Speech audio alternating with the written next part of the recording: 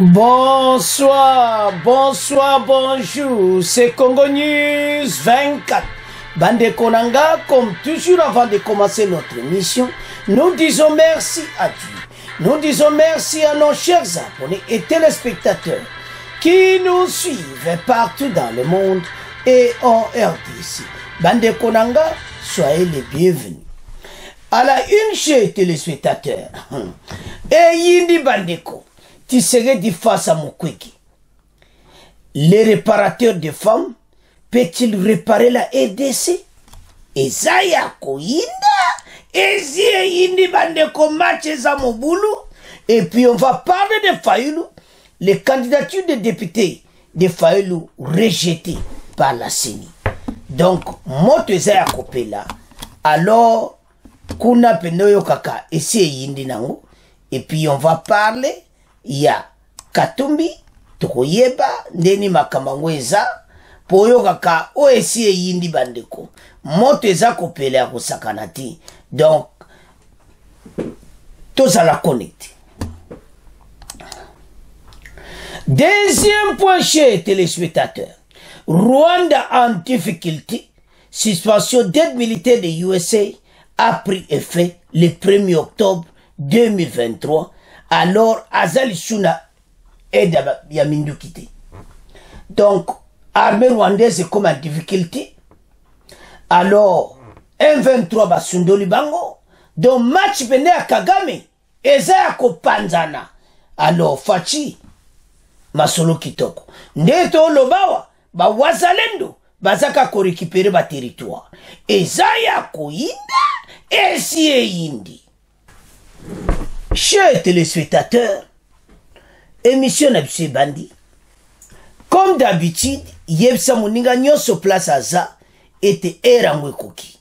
Auto sur l'ensemble, la situation politique en RDC. Bandeko, Toko Kende directement. Toko Banda na Martin Fayoulou. Après, Toko Ya na Tshisekedi contre Mukwege. Pourquoi Martin Fayoulou? Bandeko Azaberero ya Sali et Yeli Ngai. La CENI a rejeté de régime en bloc de toutes les candidatures ya Fayoulou en retard. Ils ont rejeté. CENI a recevoir yangote. Donc ils ont mawa pour na Fayoulou. Oyo kaka rejeté Bandeko.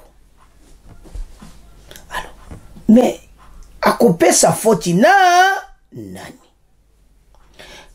Fayoulou a salibéré rebelle. Nazomona ke candidature na ye e komi nango kaka. Avant na talaka nani bako sanga na ye. Nazomona te. Avez-vous vu moto a posé candidature na majesté suprême à Satana député te? Oui, ça peut se faire. Mais na ka Fayoulou eza mawa. Alors, tozomo lokola keza wana ka pona coalition. O bazolinga basala. Okoyoka ba message belé na ba français ba koloba. Mais Fayoulou situation ezo ça la passe parce que maintenant au sein de son parti politique. Les députés ndenga na yebi Congolais watolo masana yebi masolo ba osola kunati mena ndenga na yebi ba député congolais Fayoulou akolesa Fayoulou akosupporter vinaye ya posé candidature te po yo loba kinanga kena posé ti mena yo posé n'espoir que Kadima a recevoir ma candidature à retard. Kadima za catégorique Kope Koufi. Fayoulou Aza Kopanzana. Et puis peut-être elle a fait de décider. Nanangwa yebi. Mais a tellement makasi pour la candidature naïe. Alors, Toyoka, déclaration à candidature. Bon, après tu continues avec Martin Fayoulou.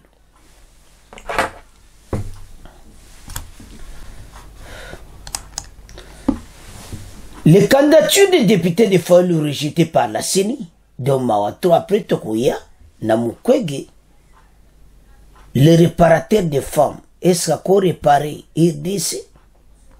Wana eza somo na titre. Alors, Tolanda Fayulu, candidature naï.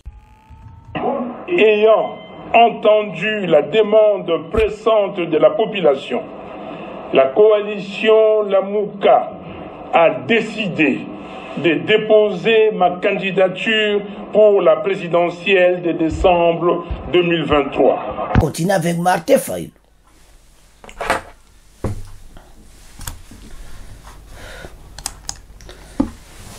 Les candidatures des députés de Fayulu rejetées par la CENI, dont Mawato après Tokoya, na Mukwege, le réparateur des femmes, est-ce qu'on réparer RDC? Wana eza somo na titre.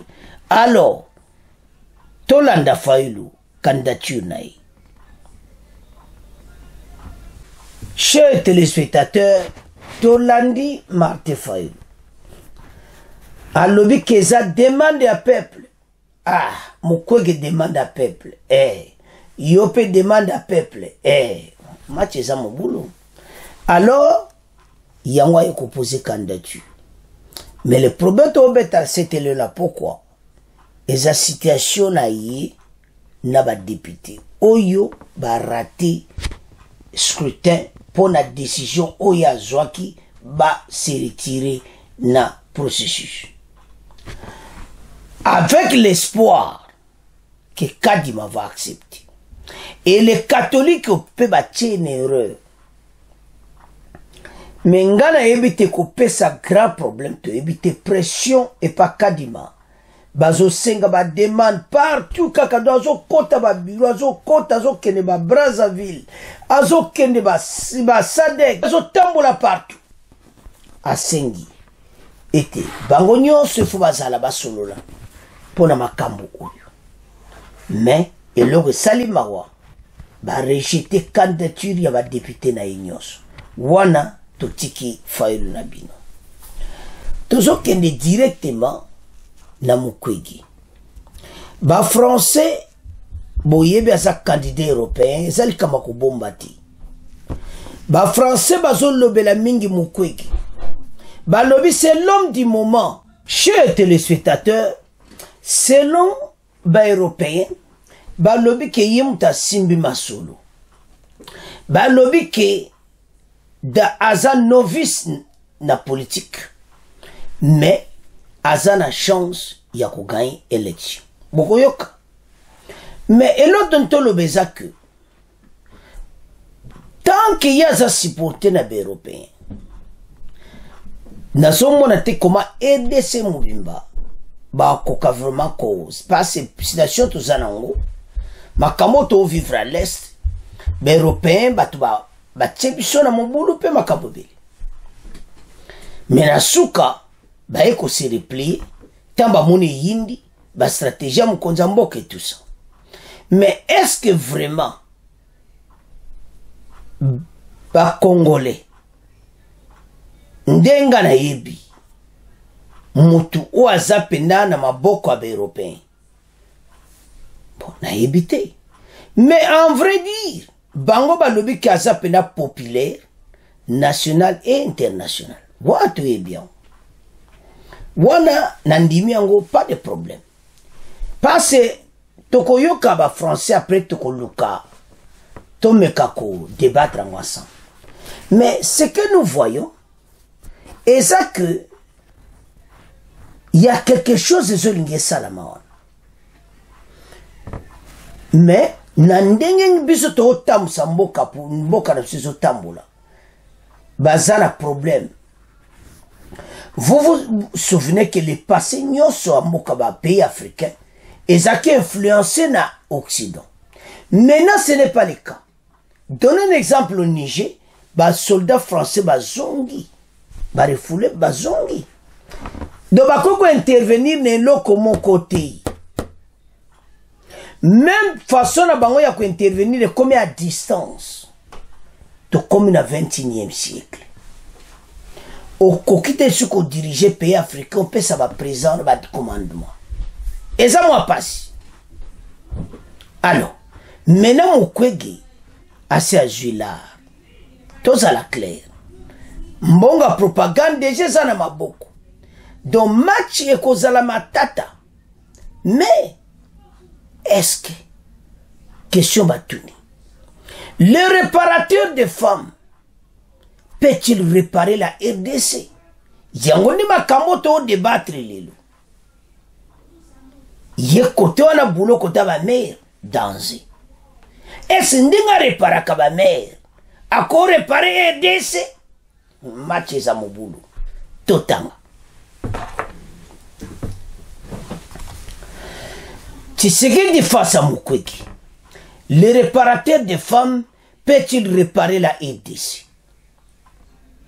Le célèbre gynécologue congolais, prix Nobel de la paix, surnommé l'homme qui répare les femmes, est-il en mesure de réparer son propre pays en proie aux guerres, à la corruption et à la prédation depuis bientôt 30 ans? Denis Mukwege est-il l'homme de la situation? Interrogation portée par les sites spécialisés sur la RDC. En tout cas, la rumeur en est plus une. Pointe Jeune Afrique, arrivé hier point levé sous les hurrahs de ses partisans à la paroisse Fatima, à Kinshasa, Denis Mukwege a officialisé sa candidature à l'élection présidentielle. Et puis a télémis à l'Obiboui. Demain sera tard, a-t-il lancé sous les applaudissements du public. J'y vais maintenant, les médecins congolais qui s'exprimaient devant une grande affiche, le présentant comme le choix du peuple, est longuement revenu sur les raisons qui ont motivé sa décision. À l'Obiboui, notre pays est devenu la honte du continent. N'a pas hésité à acclamer le fondateur de l'hôpital de Mpanzi, fustigeant les rapaces qui font mes basses sur les richesses de la RDC. Denis Mukwege a dressé un bilan très critique de l'administration Tshisekedi. Match na bangona fache kozala ndenge nini. Ezaya koida esi eindi. Bandeko ezasom. Alors, l'accusant d'avoir préparé la fraude au lieu de préparer un bilan. Azako accusé Djafachi et Azo préparé fraude d'élection au lieu qu'à préparer un bilan. En effet, complète le site congolais, actualité c'est de 2 janvier dernier, Denis Mukwege appelait à une révolution démocratique menée par la base. Selon lui, cette révolution implique que la population congolaise se mobilise pour voter massivement et s'assure que ces votes soient respectés. Il avait insisté sur la nécessité d'un changement radical, déplorant que la RDC soit encore embourbée dans un système de prédation au lieu d'une véritable gouvernance. Match za mobulo. Bon, awa motune za munene. Ya Katumbi azawana stand-by. Fayulu stand-by. Est-ce que bako s'associer na Mukwege? Na ndenga mabete, Mukwege azoleki bango na sondage. Toza la clair, eza makambo eza réalité. Alors, tolanda la presse française, bon, to avancer l'émission na biso parce que o azane candidat Macron, na ndenga mabete. Tolanda. À la revue de la presse africaine avec vous, Frédéric Couteau, à la une. Ce mardi, cette question, Denis Mukwege peut-il réparer la RDC? Oui, le célèbre gynécologue congolais, prix Nobel de la paix, surnommé l'homme qui répare les femmes, est-il en mesure de réparer son propre pays en proie aux guerres, à la corruption et à la prédation depuis bientôt 30 ans? Denis Mukwege est-il l'homme de la situation? Interrogation portée par le site spécialisé sur la RDC Afrique Arabia. En tout cas, la rumeur n'en est plus une, s'exclame Jeune Afrique, arrivé hier, point levé, sous les hurrahs de ses partisans à la paroisse Fatima à Kinshasa. Denis Mukwege a officialisé donc sa candidature à l'élection présidentielle de décembre. Demain sera tard, a-t-il lancé lancé sous les applaudissements du public « J'y vais maintenant ». Le médecin congolais est longuement revenu sur les raisons qui ont motivé sa décision. Notre pays est devenu la honte du continent. Il n'a pas hésité à clamer le fondateur de l'hôpital de Panzi, fustigeant les rapaces qui font main basse sur les richesses du Congo démocratique. Denis Mukwege a dressé un bilan très critique de l'administration de Tshisekedi, l'accusant d'avoir préparé la fraude au lieu de préparer un bilan. En effet, complète le site congolais Actualité CD, dès janvier dernier, Denis Mukwege appelait à une révolution démocratique menée par la base. Oui, selon lui, cette révolution démocratique implique que la population congolaise se mobilise pour voter massivement et s'assure que ces votes soient bien respectés.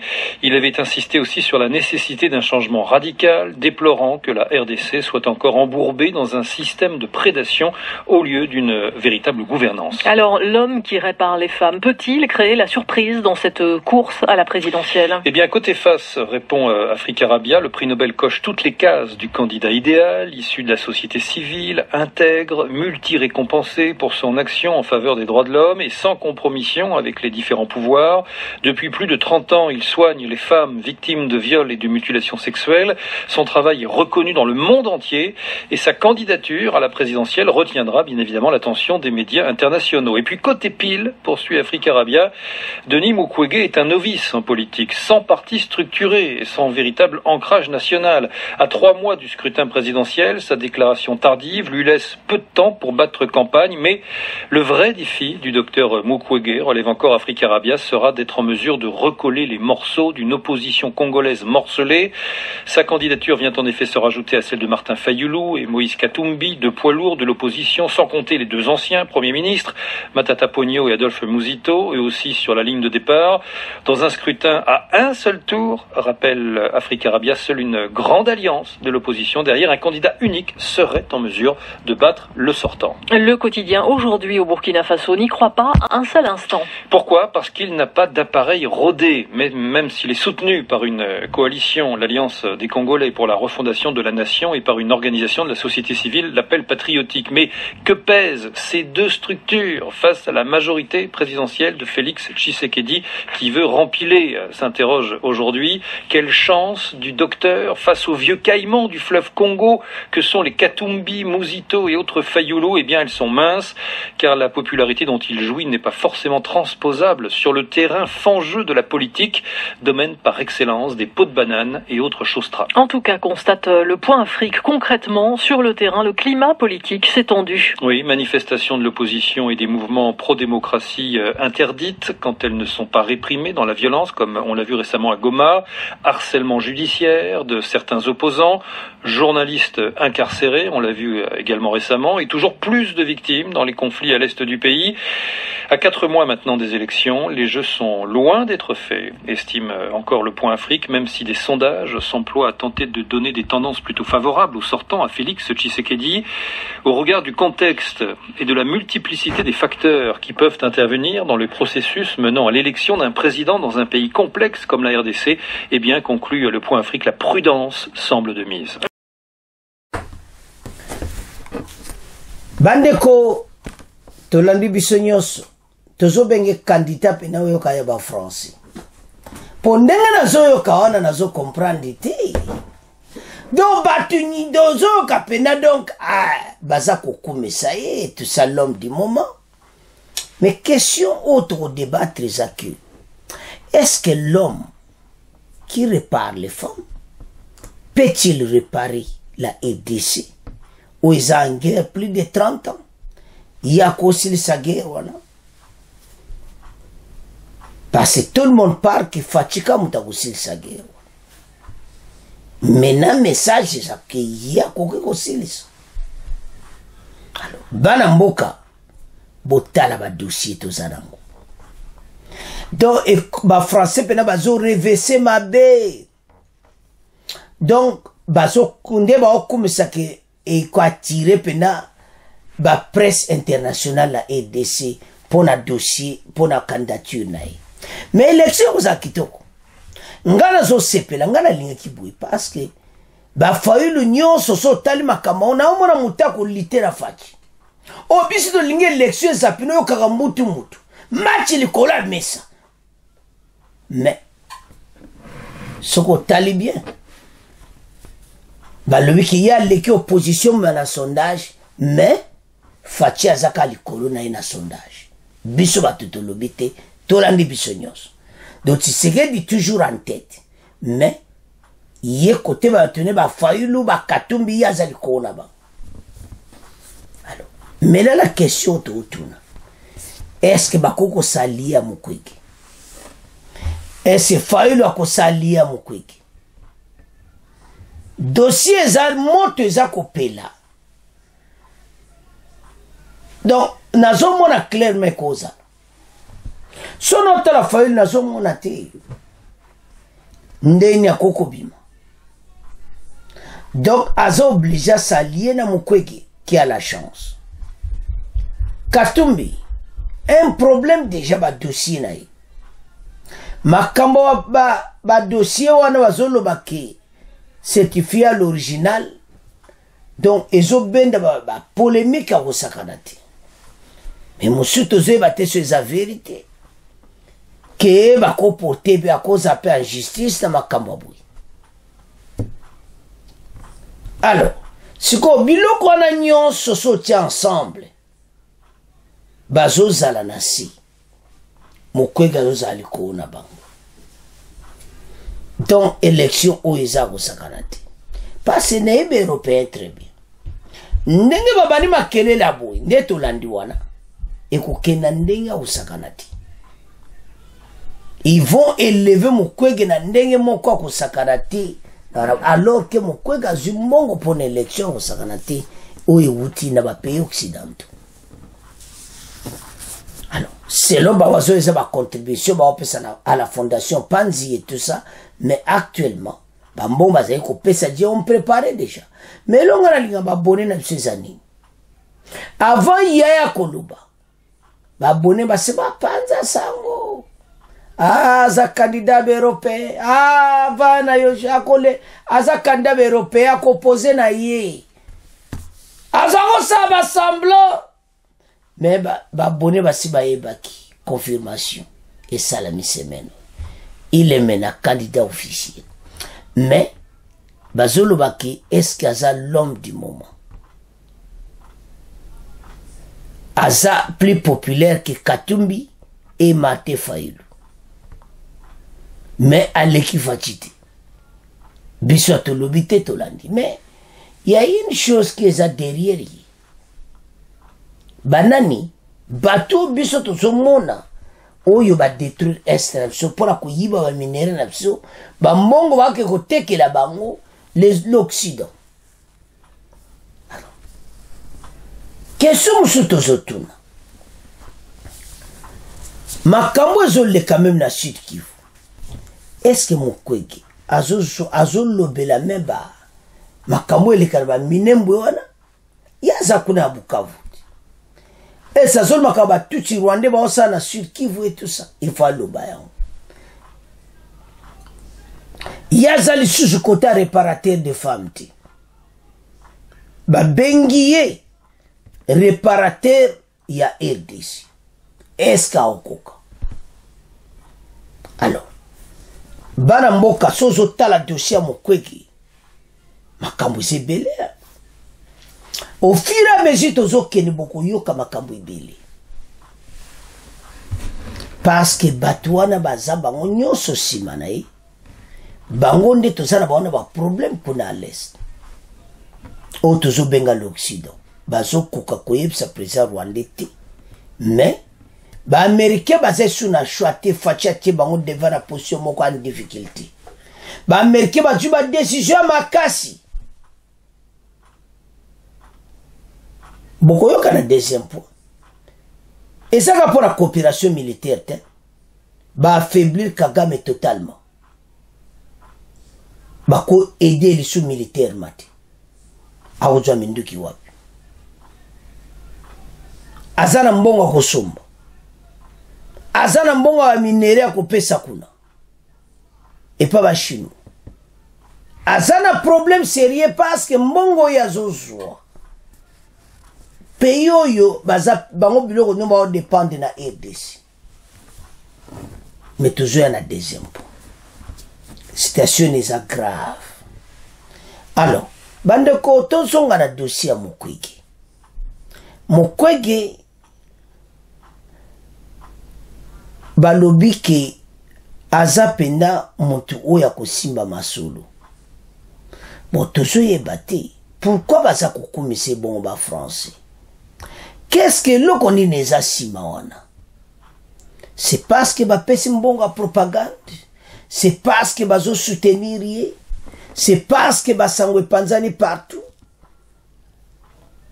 Bango ba yebete qui ko diriger bato eza différent qui ko réparer ba femme. Eza différent. Wana eza gynécologie musala yekolaki. Mais awa eza makamusu politique. Dans moi zo benye novice et ça okoka. Politique est très compliqué, faut kota na kati ya masulu.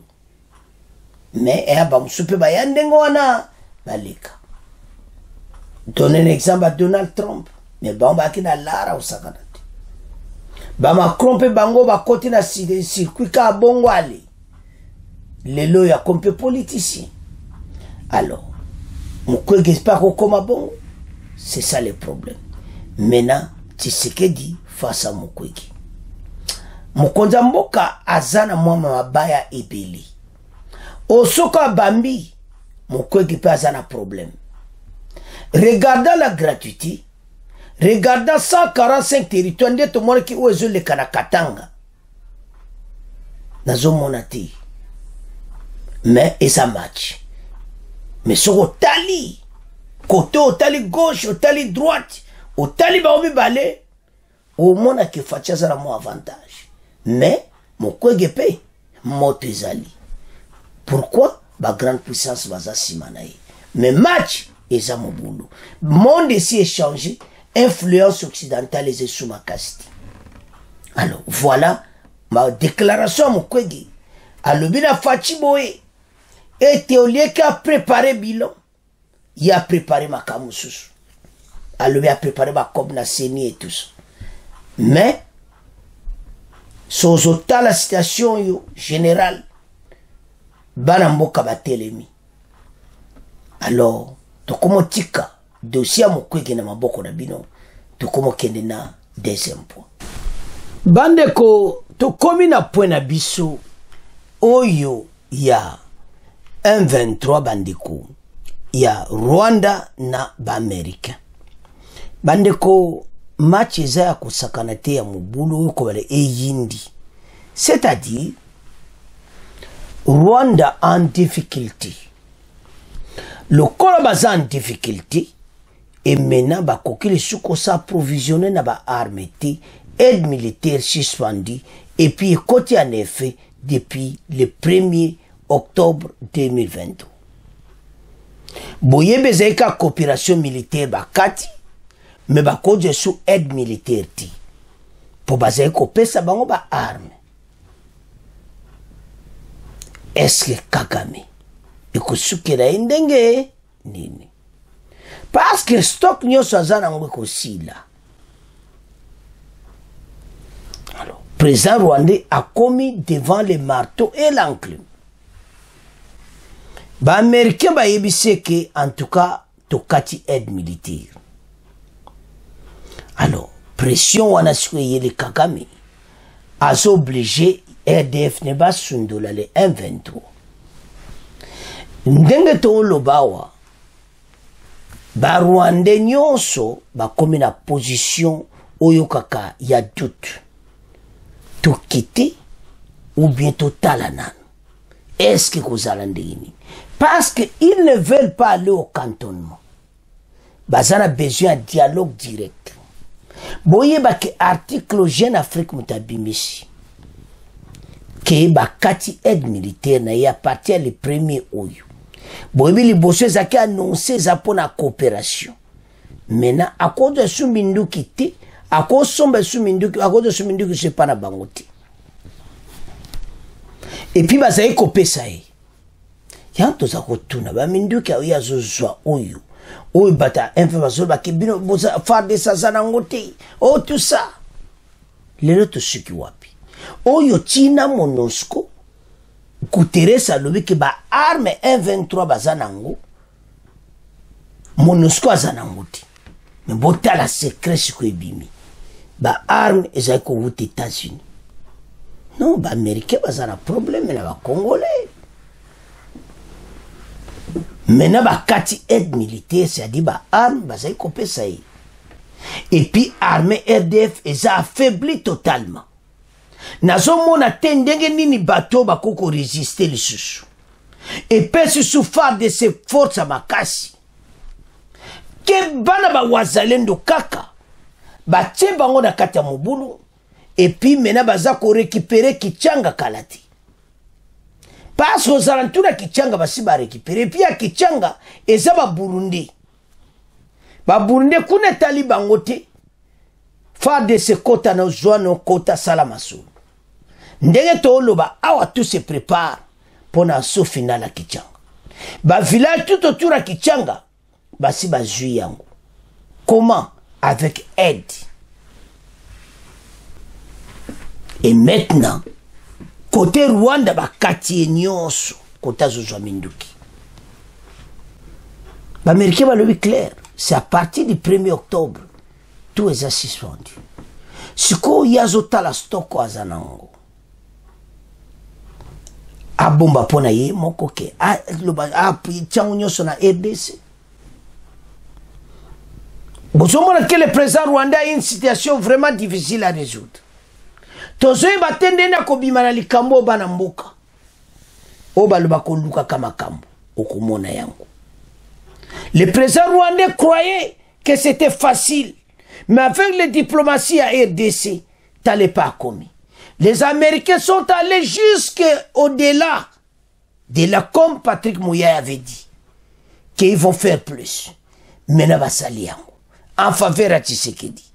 Kati ba aide militaire, ba arme ko question na Rwanda ti. À cause de suba mindu ke makasiti. Donc, situation à Rwanda a comme affaibli, arme par terre, ma sole zotamo subienti, très compliqué. Et maintenant, ba soda na ye, na kata terrain, ba bani kopaka tambango.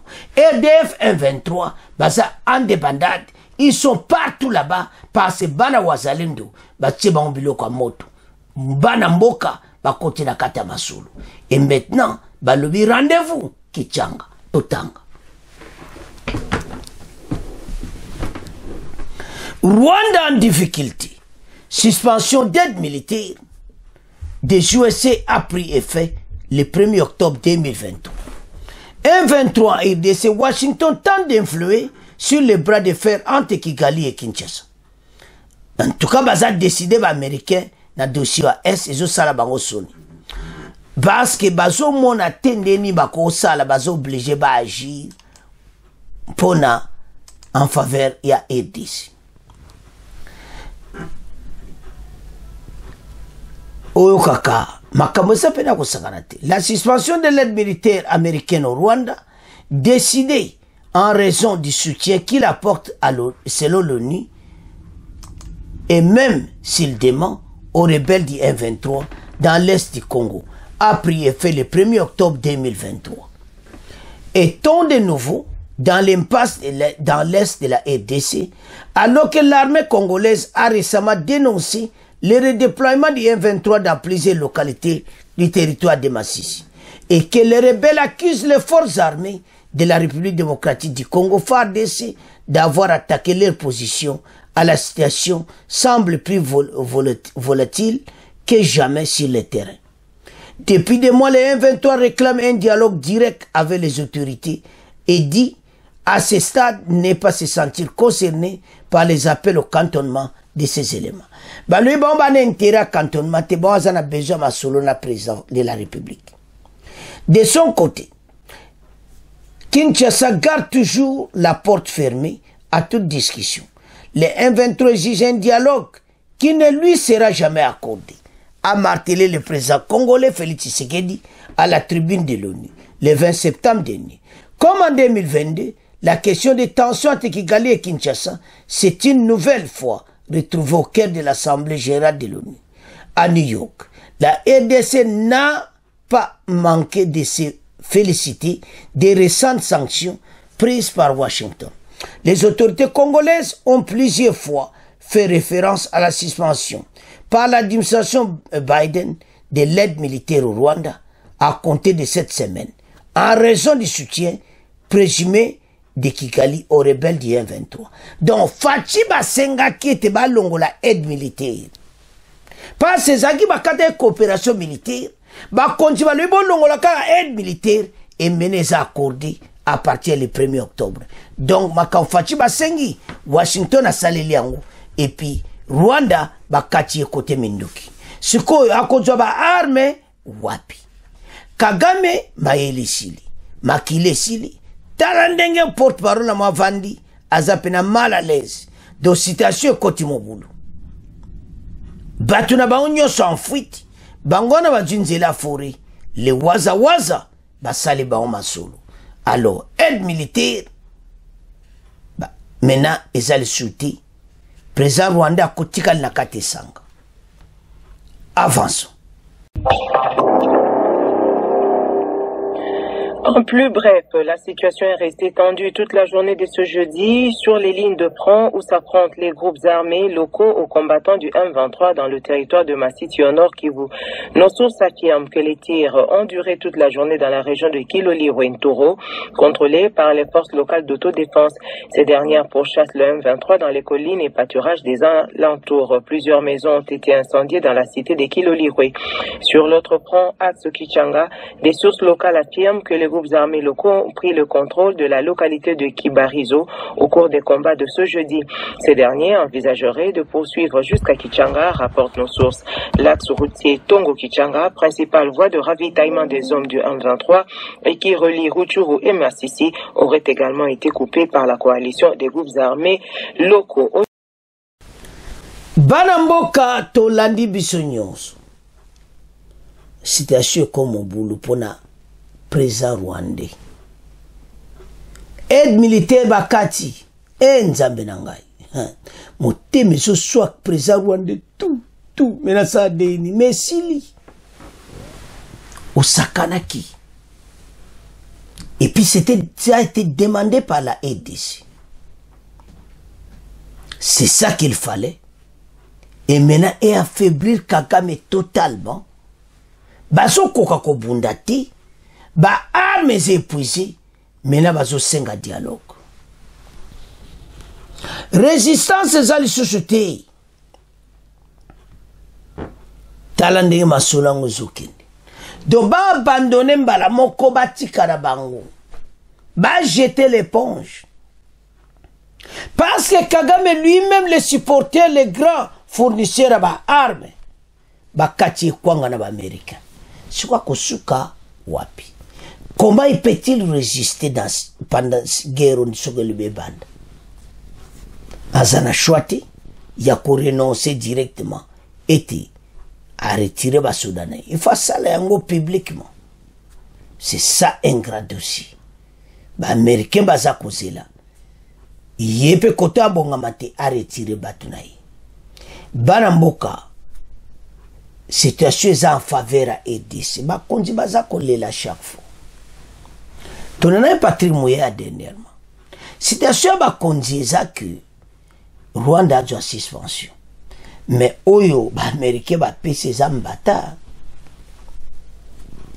Kagame kanza ki kosuka kana coopération militaire. Mais nous avons dit les Américains va plus loin d'engue et de ce basengaki. On a tout retiré.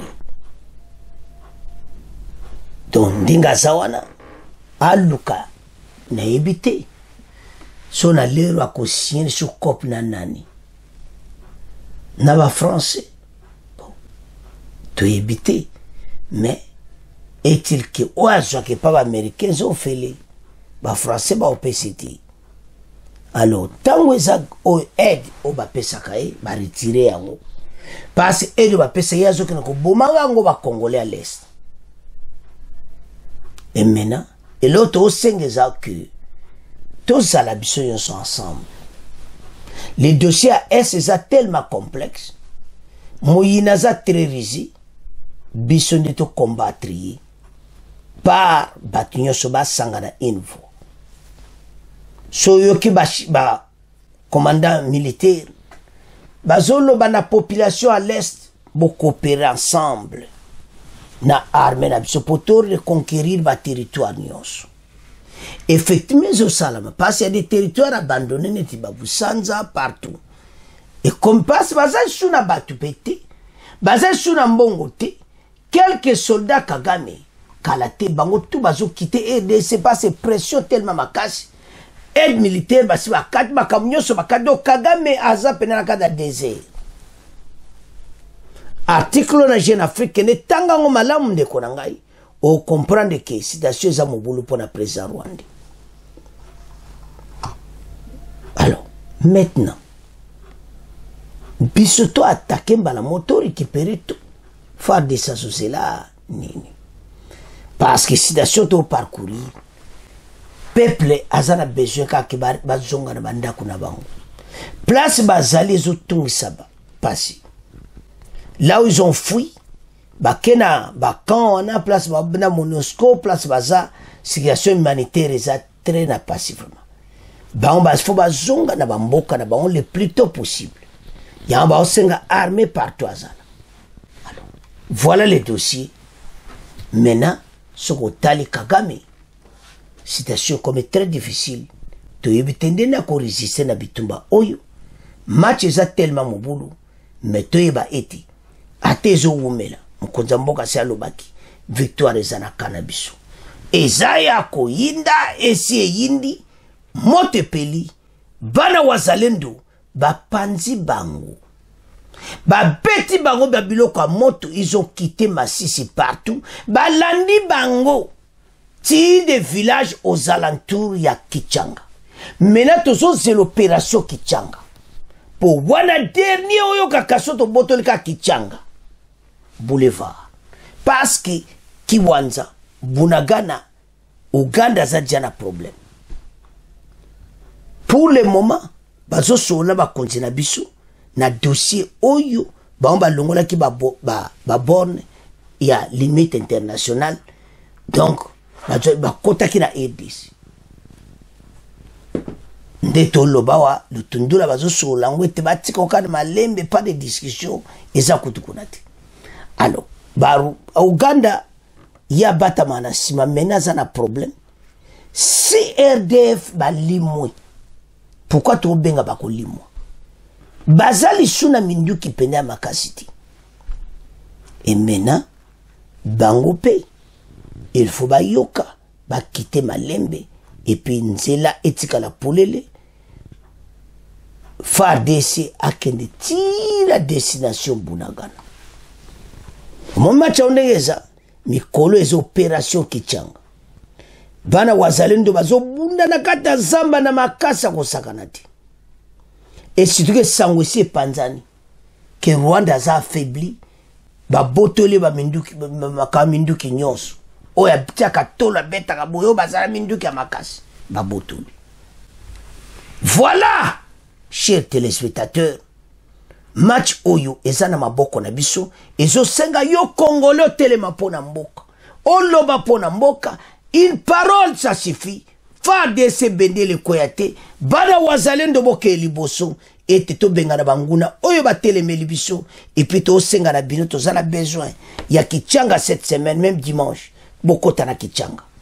Alors bande konanga c'est à ce point to comme clôturer mission na biso bon continuer ko s'abonner massivement. Au revoir, à la prochaine.